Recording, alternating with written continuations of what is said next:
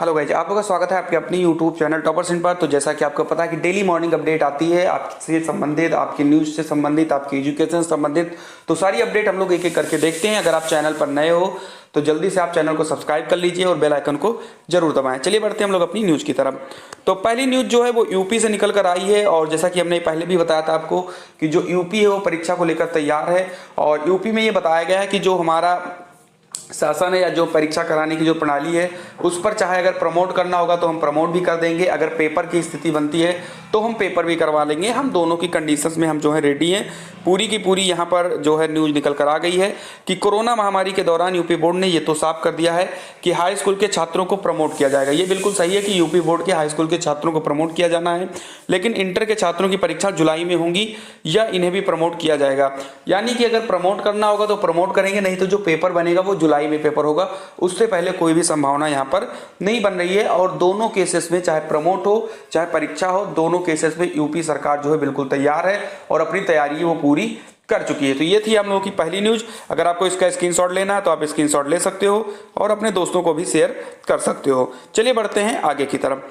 अगली जो है, और ये जो है बहुत बड़ी धांधली है, पिछले 2-3 दिन से न्यूज़पेपर में आ भी रहा है और कल जो है एक बड़ा खुलासा हुआ है इसको लेकर। और ये खुलासा ऐसा है, आप इसको, मैं इसको पढ़ चुका हूँ, हालांकि मैं आपको बता दूं इसमें हुआ क्या कि इसमें मेधावियों को, जो पढ़ने में बच्चे थे, उनको बाहर करने के लिए क्या किया गया है कि जैसे आप सभी लोगों को पता है कि ओएमआर में 4 अंक होते हैं। उस ओएमआर में 4 अंक होने पर अगर किसी बच्चे का सही आंसर ये वाला था तो उनकी ओएमआर में छेड़खानी की गई है और उसके बगल वाले को भी एक गोला भर दिया गया है।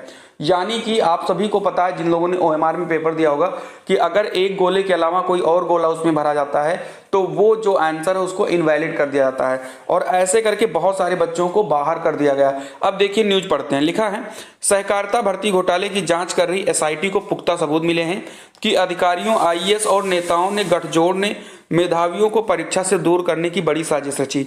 जो अभ्यर्थी अच्छे नंबर पाकर मेरिट में ऊपर आ रहे थे उनके ओएमआर सीट पर सही उत्तर वाले विकल्प के अगल बगल एक और गोले बना दिए ताकि वे मेरिट से दूर हो जाएं। तो ये देख लीजिए कितनी लंबी धांधली चलती है। आपको लगता है कि मैंने सारे पेपर सही किए थे, फिर जब आप रिजल्ट आता है तो लगता है कि मेरी मेहनत में कमी हो गई, मैं 2 नंबर से रुक गया, मैं 1 नंबर से रुक गया। इसमें आपकी कोई कमी नहीं होती है। अब आप देख लीजिए कमी कहाँ पर होती है, खुद देख लीजिए। और आप लोग इस न्यूज को भी थोड़ा सा शेयर कर दीजिए ताकि और लोगों को पता चले कि चल क्या रहा है। ठीक है, तो इसको शेयर कर दिया करिए। आगे बढ़ते हैं। अगली न्यूज जो है वो ओवर एज अभ्यर्थियों को लेकर है। कल हमने शाम को भी वीडियो बनाया था कि माननीय हाई कोर्ट ने जो है ओवर एज जितने भी कैंडिडेट यूपीएसआई में हो गए थे उनको 2018 से मौके देने के लिए अंतरिम आदेश जारी कर दिया है। इस न्यूज को पढ़ते हैं। लिखा है, इलाहाबाद हाई कोर्ट ने दरोगा भर्ती 2021 में 28 वर्ष की अधिकतम आयु सीमा पार हो जाने के कारण अयोग्य हो गए अभ्यर्थियों को बड़ी राहत देते हुए उनके आवेदन स्वीकार करने का निर्देश दिया है। यह आदेश न्यायमूर्ति जे मुनीर ने सुशील कुमार सिंह एवं अन्य की याचिका पर अधिवक्ता तरुण अग्रवाल एवं प्रसाद मिश्रा और सरकारी वकील को सुनकर दिया है।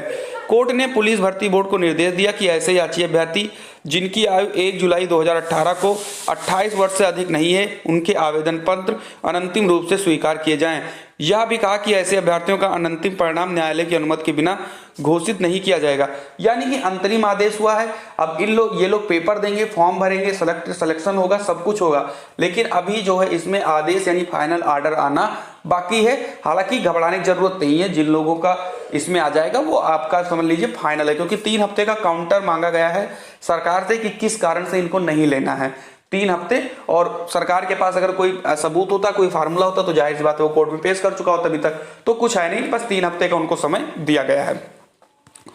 अगली जो न्यूज है वो एसएससी को लेकर के है। लिखा है कि एसएससी 2020 की परीक्षाएं नहीं हुई हैं, 2021 की कब होंगी कुछ पता नहीं है। रीजन उसका सिर्फ यही है कि जितनी भी 2020 की परीक्षाएं थी जो होना था वो कोविड की वजह से टल चुकी हैं। तो भाई वही बात है कि फिर 2021 की कब होगी। थोड़ा सा न्यूज पढ़ते हैं इसमें।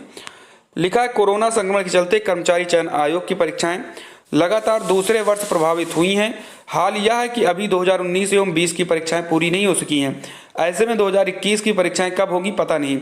2020 की लंबित परीक्षाओं में सीजीएल, सीएचएसएल, एमटीएस, केंद्रीय सुरक्षा बलों के लिए कांस्टेबल, जीडी भर्ती सहित कई परीक्षाएं शामिल हैं। हालात यह है कि 2018 एवं 19 की परीक्षाओं के परिणाम अभी लंबित हैं। आयोग की ओर से जो परीक्षाएं कार्यक्रम घोषित होने के बाद रोकी गई हैं उनमें संयुक्त हायर सेकेंडरी लेवल 2020 की टियर 1 परीक्षा जो अप्रैल में शुरू होने के बाद स्थगित कर दी गई, संयुक्त स्नातक लेवल सीजीएल 2020 टीयर 1 परीक्षा जो 29 मई से 7 जून के बीच प्रस्तावित थी, रोक दी गई। यानी कि ये सारी परीक्षाएं रुक गई हैं। इधर स्टेट में भी किसी की कोई वैकेंसी नहीं आ रही है, केंद्र से जो वैकेंसी आती है वो रुकी पड़ी हुई हैं।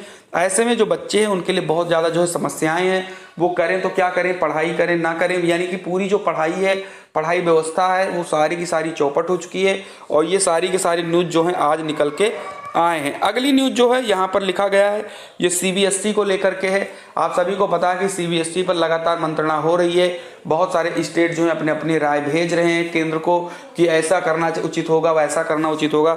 ऐसे में जो है केंद्रीय यहाँ पर ये कहा गया है कि कुछ मुख्य विषयों का पेपर करवा लिया जाए और उन मुख्य विषयों के आधार पर जो बाकी बचे हुए विषय हैं उसमें भी अंक दे दिया जाए। लिखा है कि छात्रों को मुख्य विषय 3 विषय के आधार पर दोनों अतिरिक्त विषय के नंबर दिया जाएगा। इसके लिए रिजल्ट कमेटी को निर्देश दिए गए हैं। आखिर में वो 3 मुख्य विषय क्या है उस पर हम लोग जान लेते हैं।